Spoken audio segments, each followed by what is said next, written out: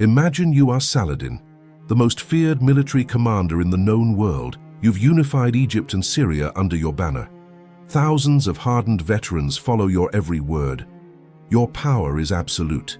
You've spent years grinding down the Crusader states, picking away at their borders, morale, and resources. Now, in autumn 1177, the Kingdom of Jerusalem stands before you like a cracked door. The king who opposes you is 16 years old. He is not just young, he is sick. His name is Baldwin. His body is betraying him. His hands have begun to go numb. The flesh along his fingers and face carries the unmistakable signs of leprosy. In the medieval world, it was not simply an illness, but a death sentence of the spirit. To most, Baldwin IV was a tragedy waiting to end. A broken vessel on a borrowed throne. Saladin saw a boy in a dying body, ruling a fractured kingdom, with no real army to stop him. He marched north with 26,000 to 30,000 soldiers. He was not planning a battle. He was planning a harvest, expecting an easy victory. He was wrong. What Saladin failed to understand was that Baldwin IV had spent his entire life being underestimated. Deep inside that decaying body was a warrior's will that no disease could touch. On November 25, 1177, at Montgisard, the dying boy king would deliver a stunning military upset. This is that story. To understand Montgisard, you must understand the miracle of Baldwin himself. Nothing in his birth, childhood, or diagnosis suggested he'd become a celebrated warrior king. Baldwin was born in 1161, son of King Amalric I of Jerusalem and Agnes of Courtenay. The Kingdom of Jerusalem was a pressure cooker, a fractious Crusader state. It survived through military discipline, diplomatic cunning, and reckless courage born of desperation. It was not a gentle place to grow up. But for a while, Baldwin was simply a prince. That began to change around 1170, when Baldwin was approximately 9 years old. His tutor, William of Tyre, a brilliant historian, noticed something troubling. When boys wrestled, Baldwin never flinched. Not from stoicism, from something else. He could not feel his right hand and arm at all. William of Tyre, to his credit, did not panic. He sought out physicians. The diagnosis, when it came, was devastating. Baldwin had leprosy.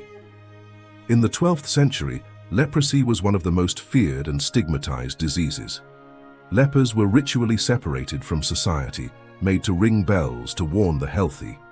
They were considered spiritually contaminated, touched by divine punishment.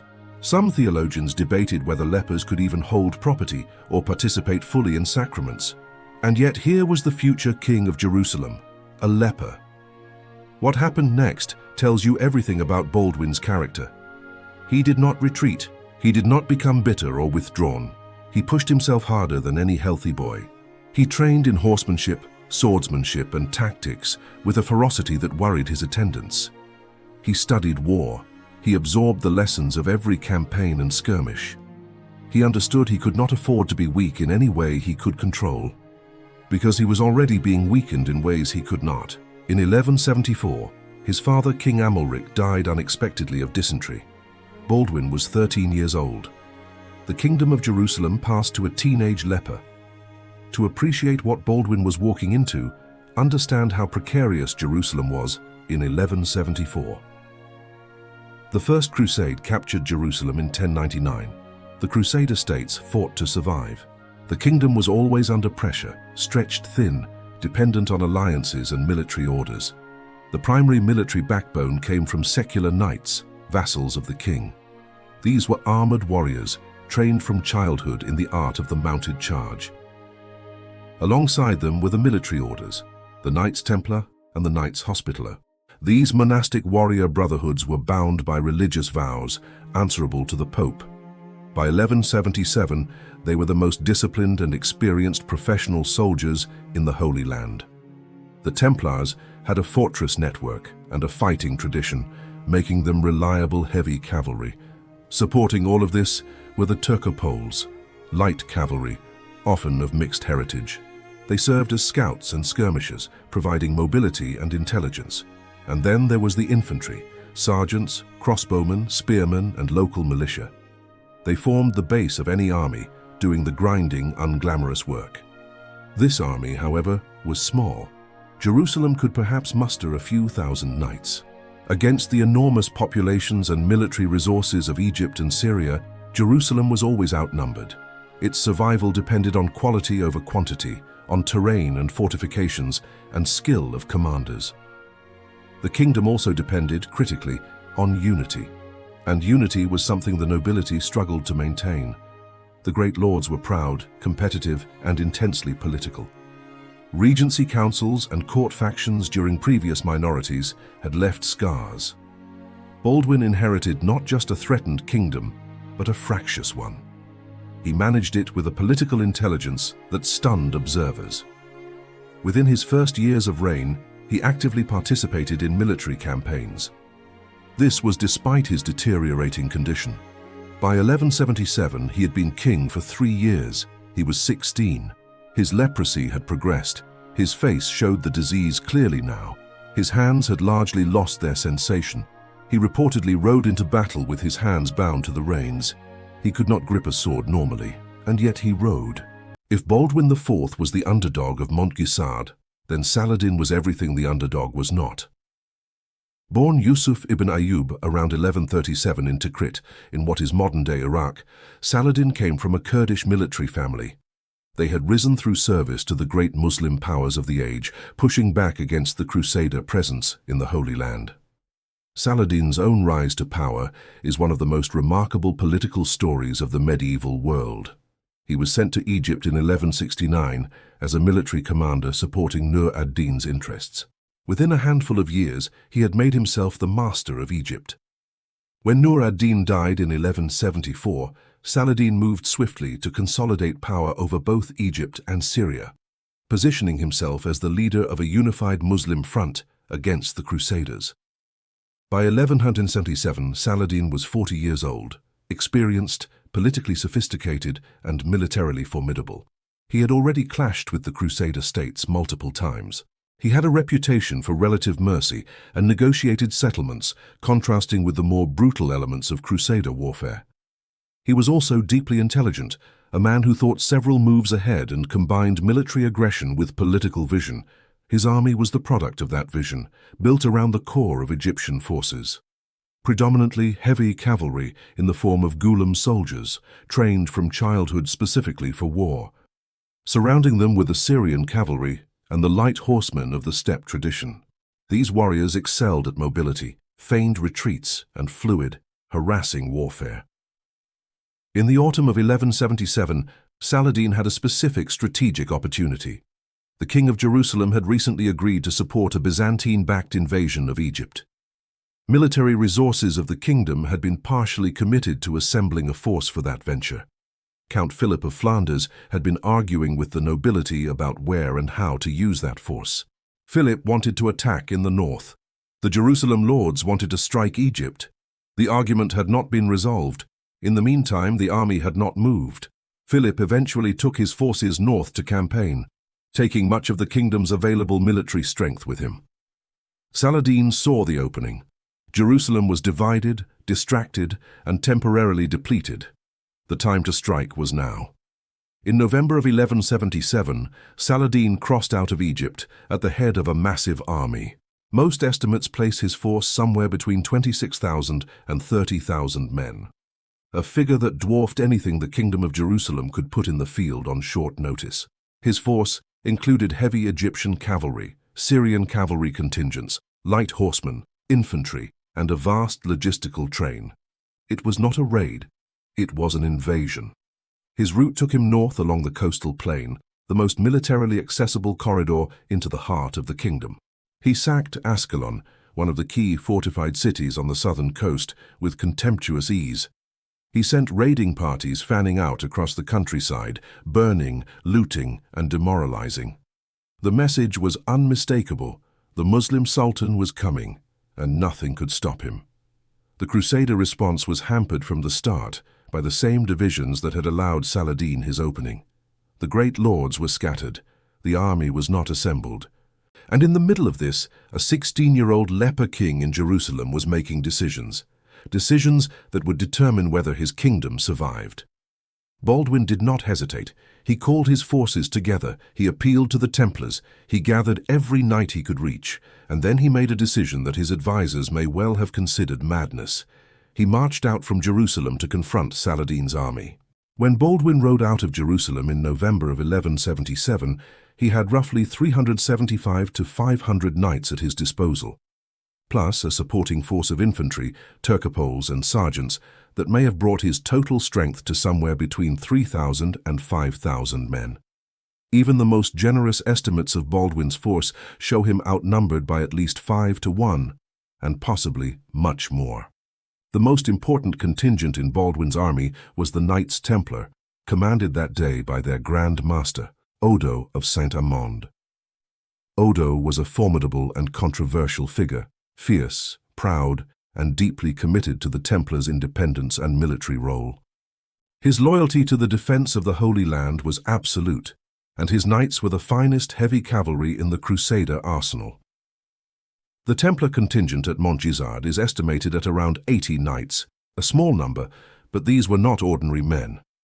Each Templar knight was a trained specialist in heavy cavalry warfare, supported by his own retinue of sergeants and squires. Alongside the Templars were the secular knights, barons and lords who owed military service to the crown. Among the notable figures present was Reynald of Châtillon, the infamous Lord of Ultra-Jourdain. Reynald was one of the most colorful and polarizing figures in the entire history of the Crusades. He had been a prince of Antioch, had been captured by Muslims and held prisoner for 15 years, and had returned to the Holy Land in the 1170s, more aggressive and more dangerous than ever. He was not a subtle man. He was a fighter, reckless and brutal and absolutely committed to violence against Muslim forces.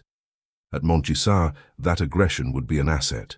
There was also Jocelyn of Courtenay, the Seneschal of Jerusalem, and a relation of the king. And the royal standard, the true cross, was brought out from Jerusalem to accompany the army. The symbolic weight of the true cross cannot be overstated in this context. For the Crusader soldiers, this was the physical presence of God's blessing on their campaign. Baldwin's infantry was the weakest element of his force. He simply had not had the time or resources to assemble a full complement of foot soldiers.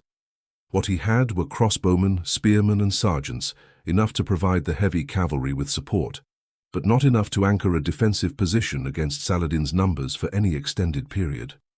Saladin's army was enormous by any standard of the era. At its core were the Ghulam cavalry, the military professional class that formed the backbone of the Egyptian Ayyubid army. These were heavy horsemen, armored and armed with lance, sword, and composite bow, trained since youth in the art of cavalry warfare. They were career soldiers whose entire identity was built around military service, serving with institutional loyalty and discipline. Alongside the Ghulam were the Syrian contingents, cavalry from the territories Saladin had consolidated under his banner. These were experienced fighters who had been campaigning in this region for years. Saladin's light cavalry arm was dominated by the traditions of Turkic horse archery, fast, mobile riders who could deliver devastating volleys of arrows while in motion, and then disengage before heavier cavalry could close with them. This was the classic steppe nomad warrior tradition that had been the foundation of Muslim military success against the Crusaders for generations. The light cavalry could screen the main force, harass enemy flanks, pursue routed enemies, and conduct enveloping maneuvers. That paralyzed slower, more rigid opponents. Saladin also had infantry, archers, spearmen, and siege troops, and a logistical apparatus that befitted an army of his size.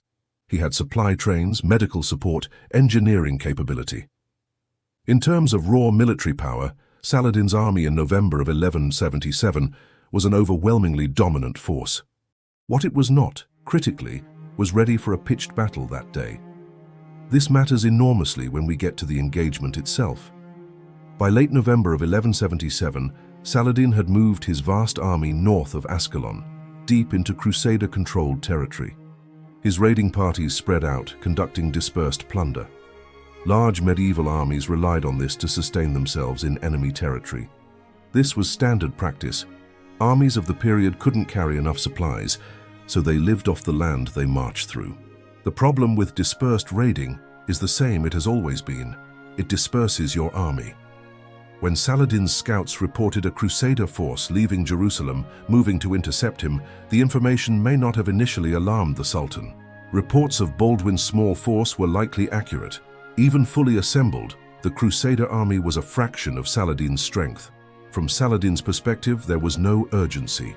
He wasn't expecting a direct confrontation from such a small force. He calculated they'd shadow his army, avoid engagement, protect Jerusalem, and wait for his advance to lose momentum. What Saladin didn't know, or weigh correctly, was that a significant portion of his army was out raiding, not with the main body. Accounts suggest half his forces were scattered when battle occurred. This key operational error made Montgisard possible. Baldwin, meanwhile, had been pursuing Saladin's army with remarkable speed. He linked up with the Templar force commanded by Odo of Saint-Amand. The exact details of their rendezvous and march are debated, but Baldwin moved faster than Saladin expected. Speed, in this case, was the weapon that negated numerical superiority. The battle took place near the ancient site of Gezer, historically known as Montigsard, in the coastal plain of central Israel. This is not dramatic mountain country. It is a relatively open landscape of rolling hills and flat plains, traversed by seasonal watercourses and dotted with small villages and agricultural fields. In November, the ground would be transitioning from the dry summer season into the early rains of winter, potentially softer underfoot than in summer, but not yet deep mud. The topography favored neither side dramatically, but the open ground did present one critical characteristic. It was ideal for a massed cavalry charge, and this would become everything. On November 25, 1177, the feast day of St. Catherine of Alexandria, Baldwin's army came in sight of the rear and flanks of Saladin's dispersed main force. What happened next would become celebrated. The initial contact between the forces is described as something close to a surprise, not because Saladin had no scouts, but because the speed of Baldwin's advance had compressed the warning time dramatically. The Crusader force arrived, while a significant portion of the Muslim army was still scattered on raids, while the main body was in a march column. And while the command structure had not yet fully processed the intelligence that a serious engagement is imminent. This is the tactical situation that every cavalry commander dreams of: an enemy caught in column, partially dispersed, and not yet organized for battle. The mounted knight in a full charge was the most powerful single combat unit of the medieval period, but only when it could actually charge, against a prepared defensive formation with archers and spearmen in depth. A cavalry charge could be broken at enormous cost. Against troops in a march column, surprised and disorganized, it was something else entirely. Odo of Saint-Amand, the Templar Grand Master, recognized the opportunity immediately. The Templars were trained for this moment, to identify when the moment for decisive action had arrived and to act without hesitation. There was likely a brief, urgent council. Every source agrees that the decision was made to charge. What followed was the lance charge, the single most devastating tactical maneuver in the Crusader military playbook. The knights formed up in their squadrons. Destriers, the great war horses of the period, bred specifically for strength and aggression in battle, were urged forward. The knights lowered their lances. The formations began to move, walking first, then trotting, building into a full gallop, as they closed the distance. The impact of a massed night charge against infantry or disorganized cavalry was described with awe and horror. The sound alone, thousands of hoofbeats, the thunder of armor and equipment, was said to be physically disorienting. The physical force was immense. A war horse at full gallop weighs over half a ton. A knight in full armor adds hundreds of pounds. Multiply that by hundreds of horses hitting a line that isn't braced for it, and the result is catastrophic. The sources describe the battle in terms that make clear it was a rout from an early stage. Saladin's forces broke, not all at once, and not without resistance. The Ghulam professionals among the rearguard would have attempted to form a fighting line, to absorb the charge, to buy time for the rest of the army to organize. Some of this resistance was effective. The battle was not a bloodless chase. Crusader knights were killed, horses went down, Men were wounded on both sides, but the fundamental dynamic had been set. Saladin's army had been caught in the worst possible tactical posture, and the Crusader cavalry was exploiting it with everything it had. Baldwin himself fought in the battle, reportedly in the thick of the action rather than commanding from the rear. This is significant. With hands that could barely grip and a body that his physicians must have been begging to protect, the leper king rode into the melee. The psychological effect on his troops, seeing their king, sick as he was, fighting alongside them, must have been electric. And the effect on the enemy of encountering the standard of Jerusalem in the midst of the fighting cannot be underestimated either. Odo of Saint-Amand and the Templar Knights drove deep into the Muslim formations, shattering unit cohesion wherever they struck. Reynald of Châtillon, true to his character, fought with the kind of ferocious aggression that made him dangerous to friend and foe alike.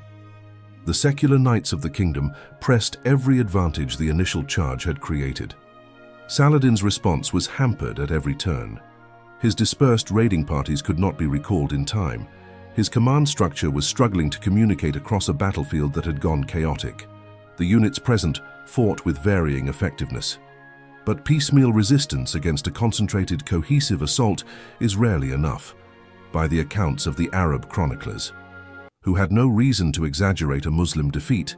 The rout became general. Saladin's army broke and fled south toward Egypt. The pursuit by Crusader cavalry was vigorous, extending for several miles. Prisoners were taken. The Muslim dead were left across the coastal plain. It was, by any measure, a catastrophic defeat for one of the most powerful rulers in the Islamic world. Military historians debate whether Saladin made a critical error by allowing his forces to disperse on raids before confirming the Crusader army was neutralized. Do you think this was arrogance, a belief that Baldwin's small force couldn't be a serious threat, or an unavoidable operational reality of feeding a large medieval army? What would you have done in Saladin's position? Let us know your thoughts in the chat. Before we look at what came after Montgisard, it is worth pausing to examine what went right and wrong on that field.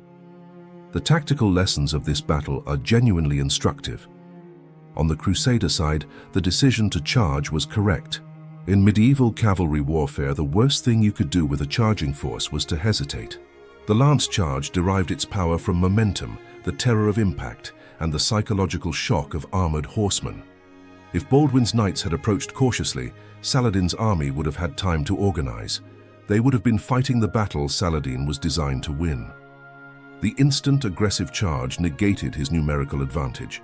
Baldwin's decision to move fast was equally correct. The speed of the Crusader march was the operational weapon. It made the tactical opportunity possible. If Baldwin had waited, Saladin's raiding parties would have returned. The army would have been concentrated and organized. The window of opportunity would have closed. The use of the Templars as the hammer of the assault was also sound. They were the best trained heavy cavalry. They had the cohesion to execute the lance charge effectively. Placing them at the point of assault was correct. The carrying of the true cross was more than symbolic. The relic functioned as a command marker. Knights could orient their position by its location, and it was a morale amplifier, difficult to quantify but documented. Armies that fought under the true cross fought harder. The military effect was real. Saladin's errors at Montgisard were several, compounding into a catastrophe from a manageable problem. The most fundamental error was dispersing his forces on raids before securing the operational environment. A basic military principle: do not divide forces while an undefeated enemy is within striking distance. Saladin had intelligence. Baldwin marched out of Jerusalem. He should have concentrated his forces immediately. He did not. Why not? The most charitable interpretation is underestimation of the threat. An army of 400 knights and a few thousand infantry against 26,000 to 30,000 should not alarm. Baldwin's army should have avoided engagement. Saladin may have calculated Baldwin was maneuvering, not seeking confrontation. If that was his calculation, he learned a hard lesson about a king with nothing to lose. A secondary Saladin error was failing to deploy an effective screening force between his main body and the Crusaders. His light cavalry should have been positioned to slow Baldwin's advance, harry his march, and break up his formation. And above all, buy time for scattered raiding parties to return. If the Crusaders had been harassed, the outcome might differ. The light cavalry were there, but not deployed in time. Baldwin's speed is partly responsible. But Saladin's command failed to recognize the threat quickly enough and respond appropriately. The final error was not having a reserve. A large army should always maintain a body of forces uncommitted, held in hand to respond to unexpected developments. If Saladin had maintained a reserve, it could have stabilized the line. Instead, when the initial impact broke formations, there was no reserve to check the Crusader pursuit. The numbers of dead from Montigsard are contested, but every source agrees Saladin's army suffered severely. Muslim chronicles acknowledge many thousands of soldiers lost. Some estimates suggest Saladin lost a third or more. The campaign was not just defeated, it was shattered. Saladin himself escaped, which is important. The Sultan fled south with a bodyguard, riding hard toward the Egyptian frontier. The retreat was disorderly. Sources describe Saladin barely escaping capture. Some accounts suggest his horse died, reduced to riding a camel, an image humiliating beyond measure for a mounted warrior of his stature and pride. The pursuit by Crusader cavalry inflicted additional losses. Men and horses died in the desert. The logistical train, supplies, equipment, and treasure was largely lost. It was an operational catastrophe. For the Kingdom of Jerusalem, the immediate effects were equally dramatic but positive. The invasion that seemed unstoppable was over. The kingdom was intact. Jerusalem was safe. The nobility, who had doubted their young king, now confronted the reality that he had saved their lives. News spread rapidly. A letter to Pope Alexander III described the victory in glowing terms. In Western Europe, Montgisard became a sensation, a story of miraculous deliverance against overwhelming odds. Pilgrims and crusading knights found renewed inspiration in the story of the leper king's charge. Baldwin was celebrated throughout the Christian world as a hero. He was 16 years old. The long-term consequences of Montigsard were significant but complicated, as most medieval victories tend to be. The battle bought the Kingdom of Jerusalem perhaps 5 years of relative security.